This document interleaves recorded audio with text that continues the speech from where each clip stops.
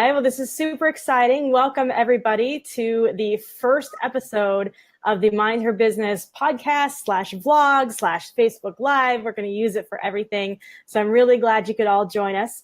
Today, we have a really special guest. Her name is Jo Richings. She was a successful business coach for over 10 years, but then she found that her personal life was falling apart. She was an overweight workaholic who ended up getting diagnosed with cancer. And to top it all off, her mom passed away a week after her mastectomy, and she found out her husband was having an affair. So just awful, awful things happening. But Jo's not the kind of lady that stays down for long. Over the next few years, she got back up, brushed herself off, got rid of the husband, got rid of the weight, and completely revamped her business and her life. She started a meditation practice, she changed her entire mindset, and she decided to focus only on the things that really made her heart sing, just like we should all do in our own day-to-day life. So for Jo, the thing that makes her heart sing is inspiring people to believe in themselves, live their dreams, and understand that the only thing that's standing between them and a magical life is their thoughts. So Jo, welcome to Mind Her Business. Thank you. It's great to be here. We're so glad to have you. One question I'd like to start off all my interviews with is, what is your favorite part about being an entrepreneur?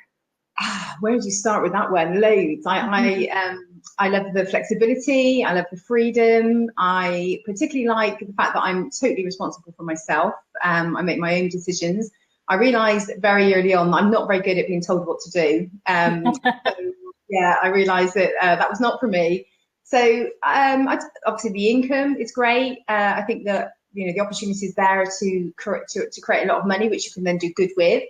And just the fact that I just get to be me and create the stuff, because I'm a creator profile, so I love to create things. So I just didn't want to be sat in somebody else's little box of what I should, what my life should be like. So I like having the control, really. If it's meant to be, it's up to me. So which I love. Yeah, that's a good motto to have.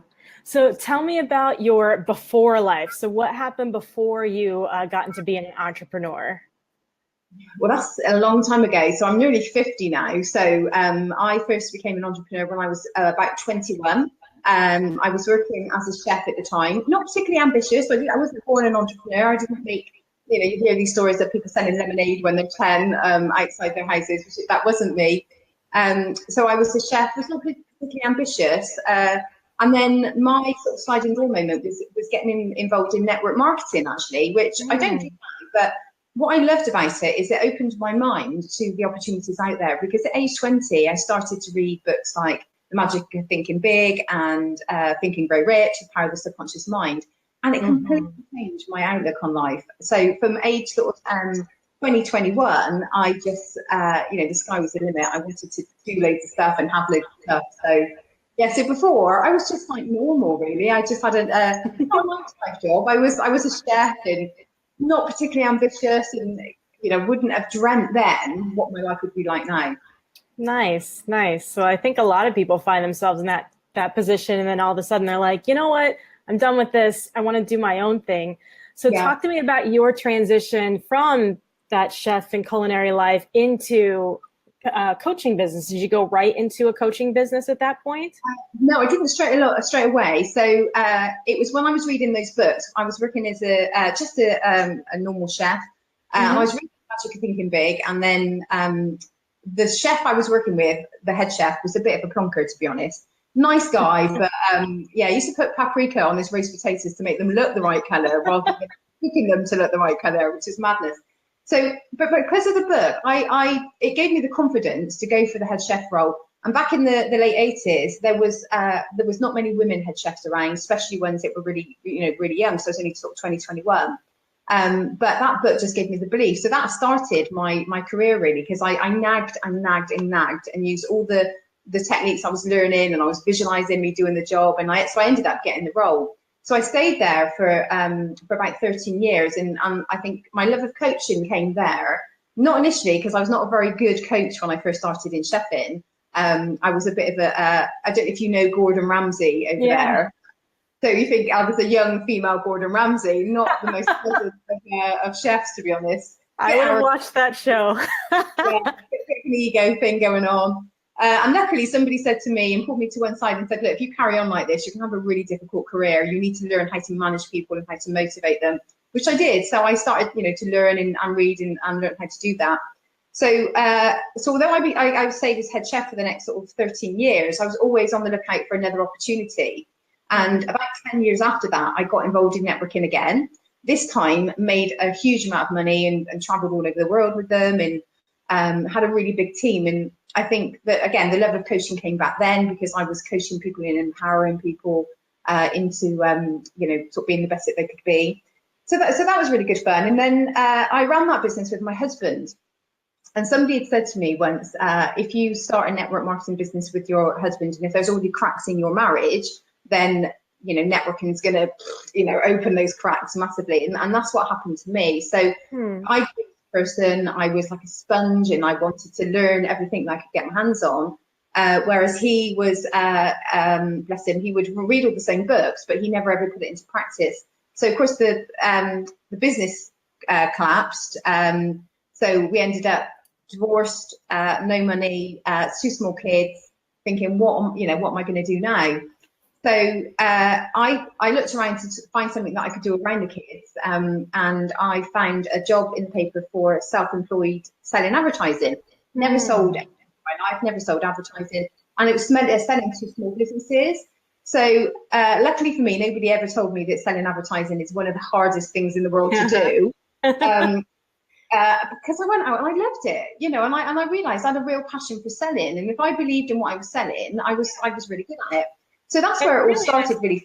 There's probably a lot of similarities between the network marketing and all of that and the selling advertising. I mean, there's probably a lot of the same techniques you were able to utilize. Yeah, definitely. Yeah. So, and that's how I decided to become a business coach, really, because I was like selling to small businesses who I would ask questions like, how much money are you spending on marketing? Where's your business coming from?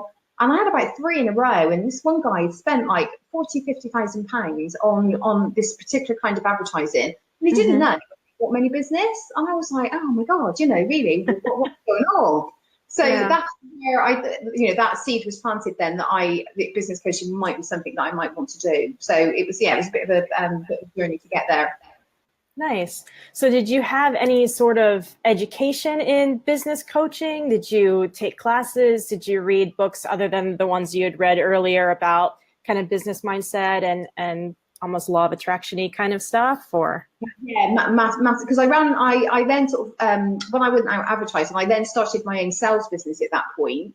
So by the time I became a business coach, I'd probably been in my own business for about 7 years. So I had a good grounding in business.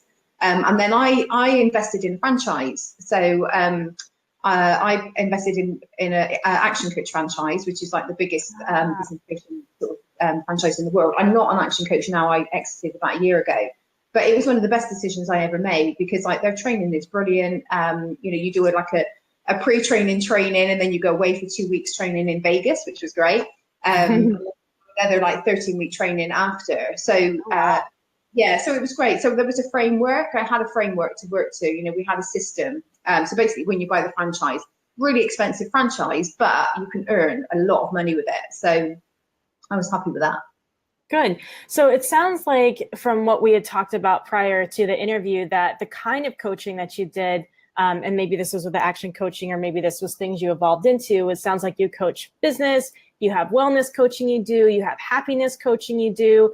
Is that stuff you all started all at once, or did you kind of gradually evolve what you were focusing on in your business? It definitely evolved, really. I think when I did the network marketing, that was all about empowerment coaching and mindset type coaching. So when I became a business coach, but when I first started, it was all about the business. It was all about making, our role was to help a business owner have a business rather than a job, because most small business owners own a job. They don't own a business, because if you take the business owner out, obviously it all disappears. So my job was to help that business to be successful. But I realized quite quickly it was at what cost, because they were working all the hours under the sun and they had no work-life balance, and, the health was suffering as well. So that's when I started to introduce all the other stuff, and I brought the mindset stuff back in. And one of the things I've realized, really quickly is that, I can teach somebody all the success strategies in the book, but if their belief system says that they're not good enough, or they're not going to be successful, it's never going to work. So I realized I needed to start working on the mindset stuff really, and once that was sorted, the rest of it was easy. So like the wellness stuff sort of came in as I lost, like I said, I've lost like 100 pounds. So as I lost my weight, then, you know, I would talk to other people about, you know, their diet and stuff like that. So yeah, sort of evolved to be a bit of a holistic approach to business really, because I want to have a really successful business owner who's also really happy and healthy in his personal life, which I think it should be. Definitely. And that's something I think I actually want to talk a little bit more about. A really good point you just brought out, the difference between a business and a job. So can you talk a little bit more? Because I think a lot of people, when you first get started out in your entrepreneurial journey, like a lot of our listeners are, you don't really think of working on your business, working versus working in your business, and you don't really have a good strategy set up. So how would you advise somebody that's just starting out to make sure that they don't start a job, that they actually start a business? Yeah. Well, one of the biggest pieces of advice and the easiest thing to do is pick up a book called The E-Myth. There's a book, you can get it on Amazon, E-Myth Revisited, because the whole action coach system is based around, you know, that book really. It's absolutely brilliant system. And it, you know, I think you need to start your business from day one as if you're going to set it up almost like a franchise. So you've got systems in place. Because like typically, like a proper business, people run the systems. So you've got systems in place, and then people run those systems, not the business owner. Whereas in a typical business, the business owner does everything, don't they? They do the marketing and they do this, and they, you know, they're very scattered. So I think having a framework, which is why I ended up, from a business coaching perspective, investing in a franchise. Now, if you're going to look at life coaching, then that's, you know, not so much of an issue. You don't particularly have to buy into a franchise, but you still need a framework where you can get systems in place, and you start your business with the end in mind. So if you were starting it as if it was going to be a franchise, you know, anybody should be able to run that business. Now that's quite hard as a coach to do, because you are the business. Everything. Yeah, and that's one of the main reasons why I decided to exit from my franchise, because, you know, I was teaching other people to have a business that was run without them, and having all the, you know, a great manager in place and for the business to work. But I couldn't do that myself because I was the business. So that is one of the reasons why I've taken a step out. I still do business coaching, but I'm focused on other ways of creating businesses that work without me now. Nice. Well, one of the things you just mentioned a lot of was systems. For, again, somebody that's just starting out, are there like 2 or 3 systems that you'd like, you have to get this right, like start it yesterday, not tomorrow?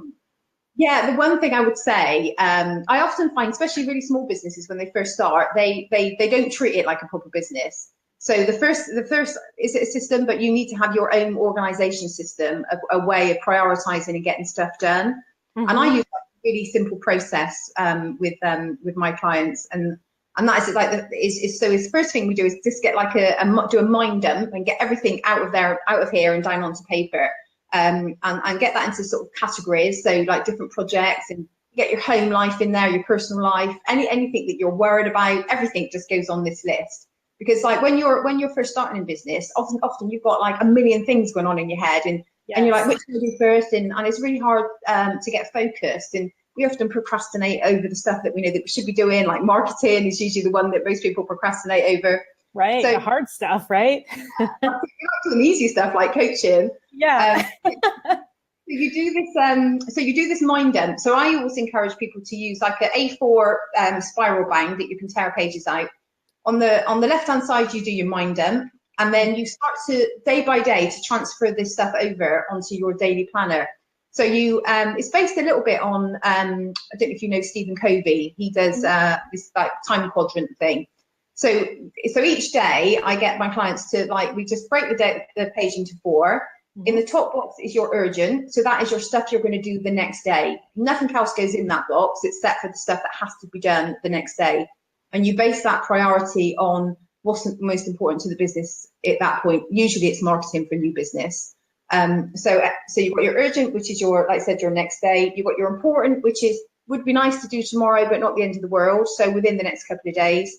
And then you've got your general stuff down the bottom. And I also use a box for waiting for. So stuff that I can't move forward on until I've got, I've heard back from somebody else. And that's all that goes on that page is what you're going to do, over the next sort of few days. The rest of it stays on the left hand side, because most people say that they have like a massive to-do list and they don't know where to start. And I don't know if you probably know this, but when we tick off stuff on our to-do list, we release endorphins, which make us feel good, yes. which then gives us that oomph to go on and do some more. Mm-hmm. So it's really important that you only put stuff in that urgent column that you're actually going to do the next day, because then you can cross it off and feel good about yourself. Now, and then what you do at the end of each day, and this is where the little bit of discipline comes in, and you just rip out that page and you just refocus. Anything that's not done, you move stuff around your boxes. Some of your general might go up into your urgent, and you do that every day. Now, that is the one thing that I did to my business that completely transformed it, because I had lists everywhere, and I tried to do stuff on the computer, and that didn't work. And there's something magical about rewriting stuff out every day. And because the handwriting too, I think. Yeah, don't do the computer because it doesn't work. And I've used this, even if you're the most disorganized and the biggest procrastinator, absolutely promise you this will work. If you've got the discipline to take 5 minutes at the end of each day just to refocus. So when you come in the next day, you don't even look at the rest of it. You just look at your urgent, you get the stuff done. So that's it's a type of time management system. It's and if anybody wants a template for it, I've got a template. I know it's hard to visualize it when I'm talking about it. But so that is definitely the most important thing. So to learn how to prioritize and do the stuff that is going to generate business, because we can all write books and write courses and do stuff like that, but you can have the best book in the world or the best course in the world, but you still got to market it, aren't you? And that's the bit most people have to hear about it. Yeah, I run like a little mastermind group here to raise money for the HappiMe app, and it's all like micro businesses. That's all we talk about every time is marketing, because they're all going for the same thing. Yep, and it never stops. I mean, marketing is always going on. We will get that template from you, and we will link to it in the show notes for anybody that's listening. They can go and grab a copy of that from Jo and get started. So you'd say that was one of the most impactful things for your business, was just using this template. Awesome. I'm so happy that you're sharing that with all of us. Yeah. So a little bit more about your business. It sounds like you do a lot of public speaking for your job or for your business. I do a bit. I love it, actually. I did a talk. I've been to public speaking for quite a long time, since my networking days, because we used to have to get up in, like my first ever talk was talking in front of 400 people at a playhouse. Oh, wow. What a way to start. At the deep end. And do you know what, to this day, Jen, I still can't remember a thing about what I said. I was absolutely petrified. It was just like, I might speak for an hour as well. So that was talking about baptism of fire. Yeah. So, yeah, I've done quite a bit, and I still get quite nervous, to be honest. And my advice to anybody that's looking to do that is I have to practice. And practice even now. So there's one I facilitate a training day once a month for a client, and we do the same thing every time. Been doing it for a few years, and I still practice it through. As I'm driving up to the clients, I'm still talking it out loud and talking through what I'm going to say. So some people can just get up and wing it, and I've never been able to do that. So going back to January last year, I did a talk at I don't know if you've got Yes Group over there. Do you know? Have you ever heard of Yes Group? I've not heard of it over here in the States. No. But they have got them worldwide. They're groups that were started up initially for people that had been to an Anthony Robbins Unleash the Power Within program, which we did a couple of years ago. But they're really just groups of positive people that get together and they talk. There's normally two speakers every time. And they said they've set up all around the world, and we've got one in Bristol. And I was invited to go and speak there. And I entitled my speech was called "Whoops, There It Goes Again," which is the title of my book. And I absolutely loved it. Do you know? I don't know if you've ever been in that situation where you get such a rush. Yeah, like you found your element. Yeah, I just got this really clear sort of, you need to be doing more of this. I just absolutely loved it. The feedback was great. And so many people say, you should write a book, you should write that in a book. So which is what I did, which is where the title of the book came from, is the same as the title of the speech. So I love it. I love, empowering people and getting out there and, just saying my bit. Let's talk a little bit more about that. So your book, it's called Whoops, There It Goes Again, How to Stay Positive When the Bottom Keeps Dropping Out of Your World. I think so Yeah. many of us have had that, like, oh God, it's happened again. Like, what am I going to do now? So Yeah. is it mostly like a bit of retelling of your story? What do you have going on in this book?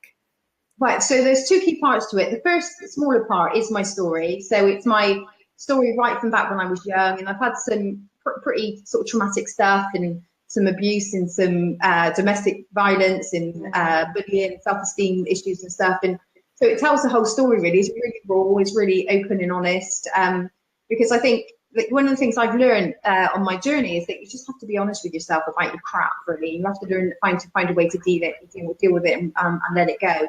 So the first bit really is just to set the scene so people can understand that I'm not just some self-help guru that's gonna, that's not been through it really. Do you know what I mean? Yeah. Because some people, they can really good at talking the talk, but not quite so good at walking the walk. So yeah, so that's the first part, and you can whiz through that. It's a really quick part of the book, and then the whole of the second chapter, or the second part, is all the tips and techniques and stuff that I've used since I've been coaching, all the stuff that I use to keep me sane through like 2012, as you said, breast cancer, losing my mum, husband having an affair, and it was all the stuff that I use really. So, and then it ends up with this like 30-day challenge, which is a way of trying to bring the key parts of the book together. So it was a bit of a mind dump for me really. Everything I've ever learned, I just wanted to share with everybody. So there's a lot of information in there, and there's loads of tips and techniques. And well, we only released a couple of weeks before Christmas, and the feedback so far has been really great. So I'm quite excited about it. And that was one of the things when I was looking through your book, one of the things that I loved so much about it is there was so much actionable content. It wasn't just like, here's my story, me. It was like, well, here's my story. Here's what I learned. Here's what you can implement. And especially how it ended with that 30-day challenge. Can you tell us a little bit more about the 30-day challenge at the end of your book? Yeah, absolutely. So, like I said, it takes the sort of key elements, and the main theme of the book, from the techniques perspective, is based around becoming a master of your own mind and understanding that your thoughts create your reality. And that was a big thing for me to learn that. And like, luckily for me, I learned that a long time ago.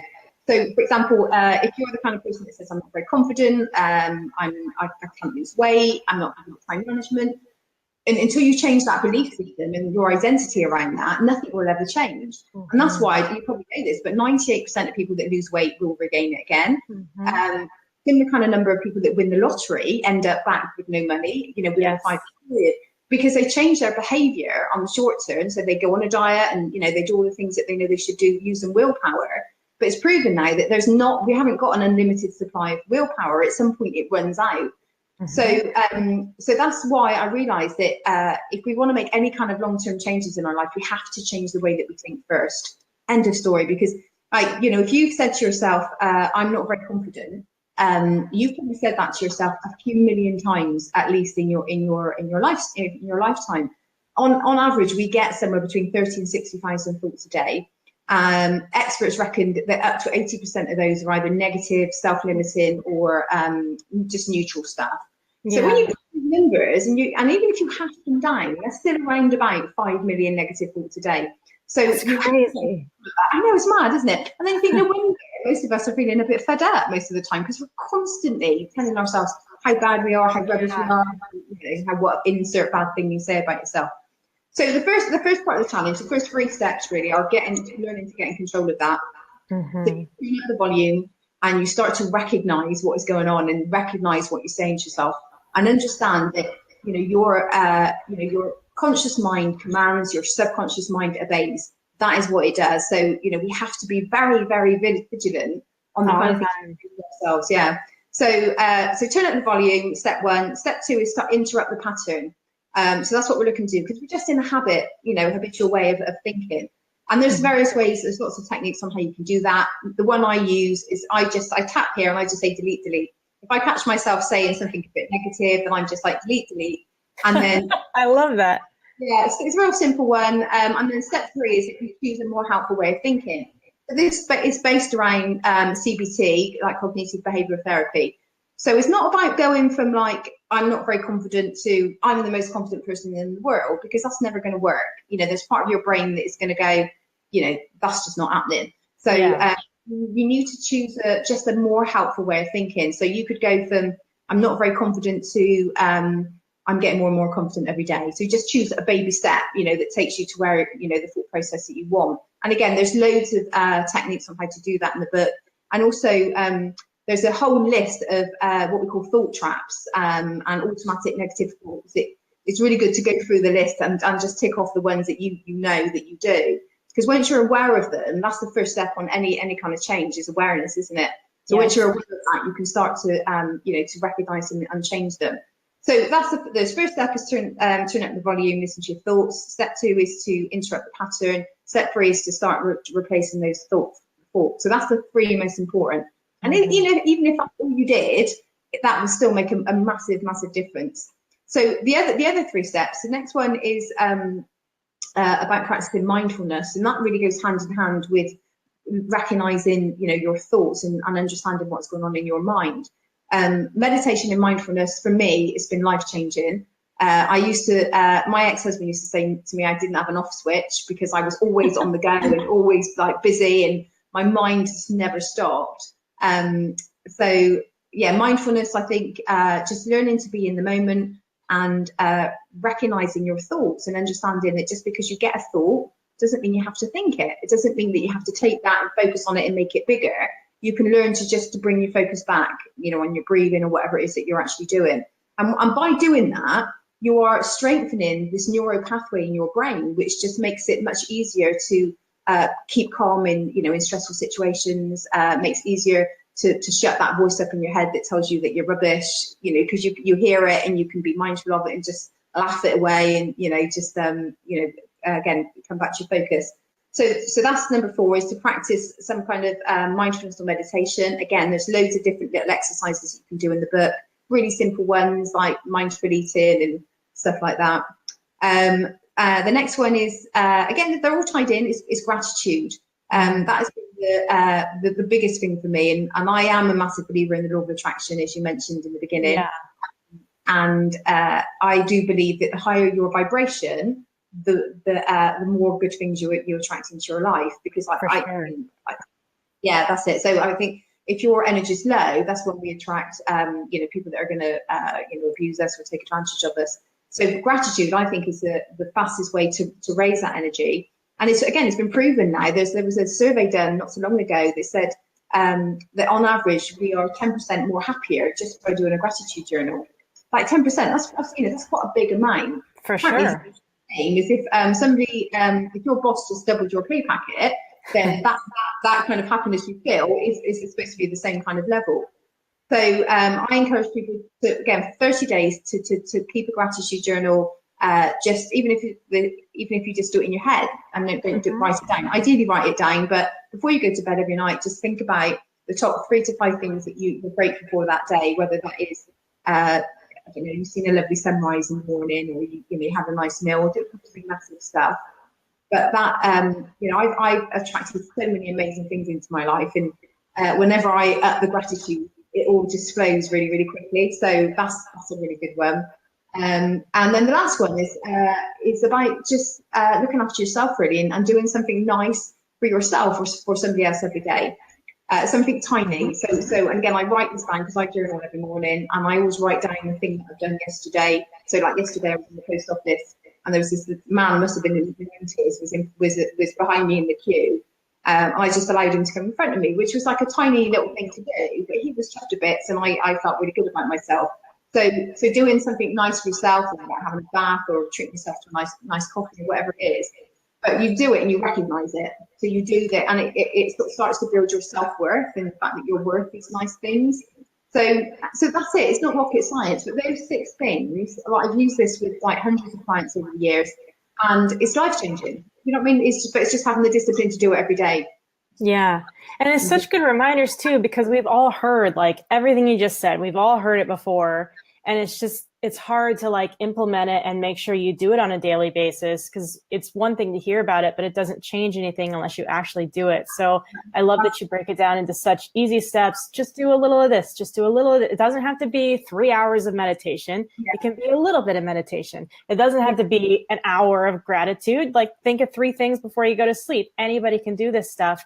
but just getting in and establishing those habits is so powerful for growing yourself, which can then help grow your business, because the more, put together and, happy you are as a person, the better your business is going to go for you too, right?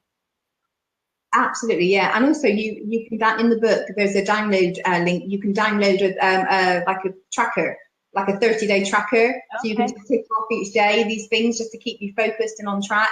But yeah, I think that whole challenge thing is the key to success in any area. Like I said, business, health, because you have to get your mindset right. So, if you're just starting in business and your confidence, which is usually the biggest thing, and the self-doubt is a big thing for you, then you have to do the 30-day challenge, because that is where you're going to start to recognize that voice and recognize what it's saying, and understanding it's a complete load of rubbish. And that part of the book goes into this in a lot of detail, but that part of your brain, that voice, is the part of your brain that's designed to keep you safe.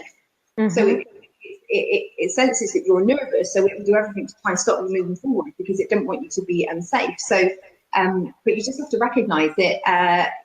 Although it means well, it doesn't really know what it's talking about anymore. It's just like a prehistoric part of the brain. So time to grow beyond that. Yeah, that's it. Yeah. Yeah.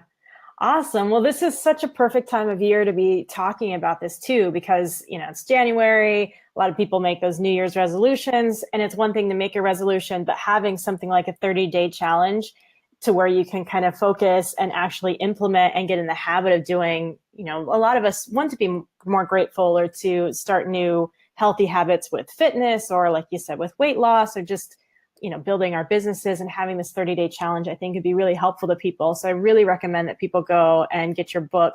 I'm going to put the title up one more time just so you can see it. It's on Amazon, right? This is, yeah.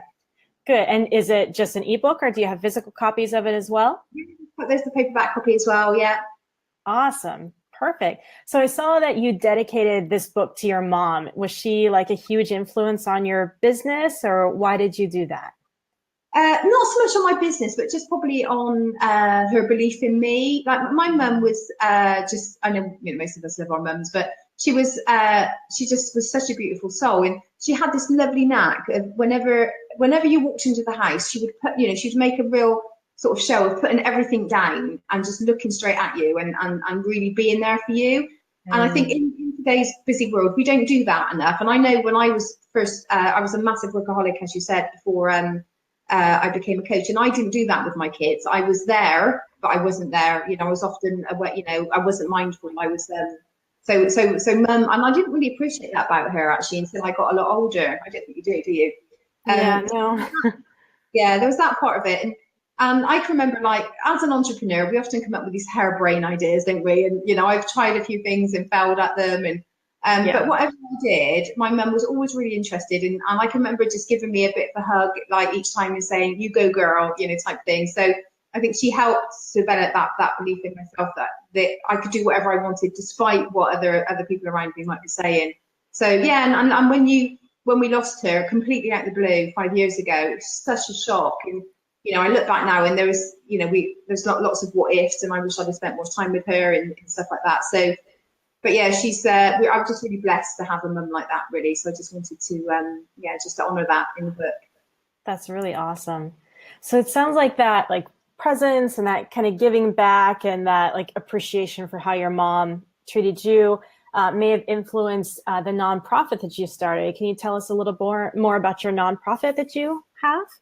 Yeah, so HappiMe is it's an app. We've got a couple of children's books in there.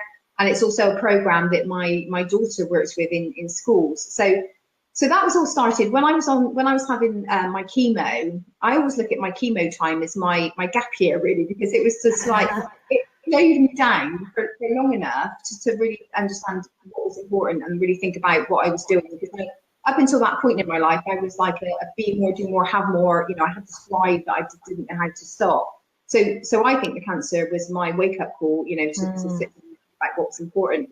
And for years, like in my coaching practice, I would come across adults that had self-limiting beliefs about themselves, and I would be using all these tricks and techniques and stuff that we use. And I kept saying, like, to anybody that would listen, like, we should be teaching this stuff to our kids, because, as you know, it's a lot easier to grow a healthy child than it is to try and fix a broken adult. Yes. So I've been saying this for years anyway. It was while I was having my chemo, I suddenly had this blinding flash of the obvious and thought, rather than me keep saying somebody should be teaching this stuff to our kids, then maybe I should be that somebody. So that's how it all started, really. So over the last sort of 5 years, I created my first app and did a bit of a trial with it. And then my daughter joined me in the business about 2 years ago, and we created HappiMe. So HappiMe is a way of all what we've just talked about, a way of teaching that to children. And we do that through an app, which is available for kids, for young people. And there's an adult version, which is more aimed at motivating and changing self-limiting beliefs. And I said we've written 2 children's books. One's out already called Oscar Meets His Worry Chimp, which is aimed at like 5 to 8 year olds. And we're launching another one in a couple of weeks' time called How Not to Worry, which is aimed at a similar sort of age group. So the whole thing really is just about getting children to understand exactly what we've just said, that a thought is just a thought. Just because you get a thought that you're not good enough, it doesn't mean it's true. So it's trying to get children to recognise that. So my daughter, who was just absolutely fantastic, she teaches these concepts in secondary school. So she tends to work with between 8 and sort of 20 year olds, which does it privately as well. And again, it's just life changing. It's brilliant. We've done some like brilliant programs in schools. We're teaching children how to manage their own emotions using I don't know if you know EFT, emotional freedom technique. Okay, the tapping, right?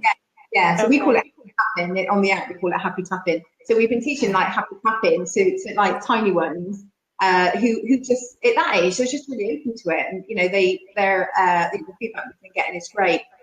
So yeah, so it's all about just taking everything that I've learned really and just trying to make a difference with it. So that's my funds. That's the thing that makes my heart sing. So business coaching, I do pay the bills, and I love it, but luckily it pays well, and I've not got to do much of it. But yeah, the rest of the stuff like the HappiMe is just a project from here really. I work completely for free on it. We did a big GoFundMe campaign to raise the money to create the apps, for example. But and it yeah, sounds it's great. like you do the apps for free for the kid versions, right? The teen one and the little kid version. Yeah, absolutely. Yeah, and that's going to be free forever. So there is a small charge for the adult app, although at the moment for this week on Apple it's free. So if anybody wants to download it, then head over to the App Store. And it's 50p for the Android version because I couldn't get it any lower. They won't let you put it down for free. Yeah, so and the reason for that is hopefully that will generate some income that will keep the children's the children's one free, because like apps are so expensive. I just had a £500 bill in like this week just to update it so it works with the iPhone X. So yeah, so I never realised when I first started how expensive apps can be to create, but yeah, they're not cheap. But hopefully it will do its job, and that's all I need. So a couple more questions then. First off, a lot of the women that listen to this show are obviously moms. So do you have any quick tips or techniques to how you can help your child to not have all these burdens to unpack as they grow up? Like a couple of things that we can do as parents to help our children? Well, if they're young ones, just get the books. Get the Oscar Meets His Worry Chimp, because the feedback we've had from parents and that is brilliant, because it just gives you a way to discuss this with kids, because they're little cartoon characters, and it teaches the children, like I said, the difference between a helpful thought and an unhelpful thought, and gets them to understand where that little voice is coming from, and the fact that they don't have to listen to it. So I think that would be the most important thing. Actually, thinking about this question as I'm talking it through, I would say the same thing is the 30-day challenge for the adults, really, because gratitude is another thing, which is a really good thing to teach kids when they're young, because I think, like I said, gratitude I think is really powerful. So just as you're putting them to bed, getting them to talk about the things that went well that day, what did you like about today, and what are you grateful for, is a really good way to get them in a really good mindset about their own day, because most of us focus on what went wrong, don't we, as we're going to bed. Oh God, I shouldn't have said that, and I shouldn't have done that, and I didn't do that. So just if you can get children into a habit of thinking positive at the end of the day, it's brilliant. So yeah, so that would be the two main things I would say is like I said, if you can get the book, I'm going to do an offer on that free on Kindle soon actually, so I can give you the link when we do that if anybody wants to download. Yeah. So for those of you who are listening, we will have the link to the books, all of them, her her book, and then the children's books. We'll have that all in the show notes so you can go and download those. So that's great. So the other kind of business side of this question is you have an app. A lot of people think about producing apps for their business. Do you have any thoughts about, is that a good idea? Is that not a good idea? Thoughts about your process? Like, it's a massive learning curve, because I obviously didn't have a clue where to start when I first did it. I think apps can be great. They're not cheap. That's the only thing I will say. Like I said, it costs us £6,000 to do HappiMe. It's quite a complex app, but and it needs updating. So the first thing is, if you're going to do it, you need to have the funds to do it, and understand how your business is going to benefit by £6,000. You know, because when you're selling an app for a couple of pounds, you've got to sell a lot of apps. You know, to obviously get that kind of money back. So I think the most popular apps out there tend to be obviously things like Angry Birds and, you know, the apps, which are not really business related apps. So you can have like just like a quite a basic business app that says where you are and what you do. You can get one of those for probably $500. And then you can get those done really quickly online. You know, there's templates that you can build them yourself. So it was, you know, would I recommend somebody spend the kind of money I spent? No, I wouldn't, to be honest, because I wouldn't have spent probably £6,000 of my own money to do that, because I'm never going to get that back. Well, I might at some point, but you know, the profit that we make on the adult app is like £1. So you've got to sell at least 6,000 adult apps to break even. To break even. And that's not even to take into consideration the updates and stuff you have to do along the way. So I think somebody who's new starting out in business, I said I wouldn't even consider it, to be honest. I think like once you're established, you can then do the proper return on investment, you know, sort of workings out to see what you're expecting to get back from that. So, you know, if you're running a business where you're selling stuff, then potentially that might work. But yeah, they're expensive, and they're a bit of a minefield, to be honest. Like the iOS was the Apple app was bad enough, but when you start looking at Android, there's hundreds and hundreds of different Android phones and loads of operating systems. So your app can potentially work differently on every single one of those systems. So yeah, it was. Would I make another app? No, I'm not sure if I've done my app. I think I'm moving on to easier things. Well, that's good advice, because so many people don't think of all the different, like you said, you're going to have to update it when the new phones come out, and there's all the different operating systems. So that's really cool to have, you know, advice from somebody who's done that. And speaking of advice from somebody who's done that, the last question I'd like to end with you is, what advice would you have for aspiring coaches or people that want to get into business or health or, you know, other kinds of coaching? Well, the advice would probably depend on the business, to be honest, of what they would do first. But I think get yourself a coach if you can afford it. I've always worked with a coach right back since I first became a coach, and it's been life changing for me. I think to have somebody that's already been there and done it. So you need somebody that is way ahead of where you are, not just 1 or 2 steps, but somebody is you know, that's done what you're looking to do and done it successfully. Now, not everybody can afford that. I appreciate that. So if you can't do that, then try and do the next best thing, and that is learn as much as you can about, you know, what it is that you need to do. I find most businesses, regardless of the business, the most area that people need to learn is marketing and sales, because we've all got great ideas, especially entrepreneurs, you know. But unfortunately, as you probably know, Jen, the world is full of you know, frustrated entrepreneurs that got great ideas that have not been brought to fruition because they've not knuckled down and got the marketing and sales kind of stuff. So if you can't get yourself a coach, then get around, you know, people like what you're doing, plug into people that are sharing how they did it, because success follows clues, doesn't it? And you find most people that are successful are really happy to share how they did it. So, you know, I've even approached in the past people to mentor me, which they've done for nothing, you know. So sometimes it doesn't have to be a coach, but somebody might be in the same business in a different town, for example, that you admire, and phone them up. Say, look, you know, even just one quick conversation can change a lot in your business. People say, oh no, you know, they're not going to do that, but you'd be really surprised. Like, people that are successful want to share that success. So and have like a really good clear vision of what you're looking to create.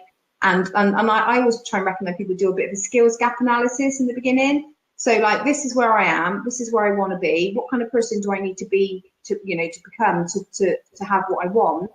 And then go learn it.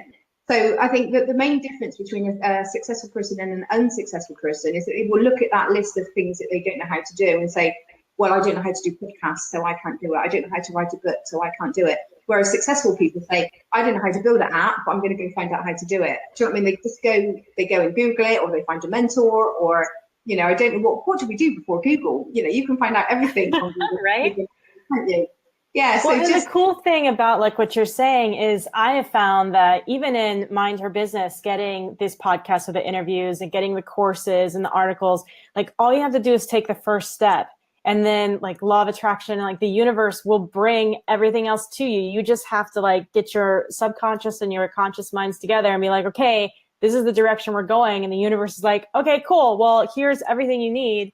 You just have to keep taking those steps and just, like you said, learn the one thing that you don't know. And then you'll learn the next thing that you didn't know. And you keep going down that path.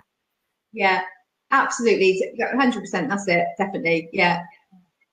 Awesome. Well, Jo, it has been so, so great talking to you. Again, for everyone, her book, whoops, there it goes again, How to Stay Positive When the Bottom Keeps Dropping Out of Your World, would be a really great thing to pick up for kind of getting your New Year's resolutions implemented.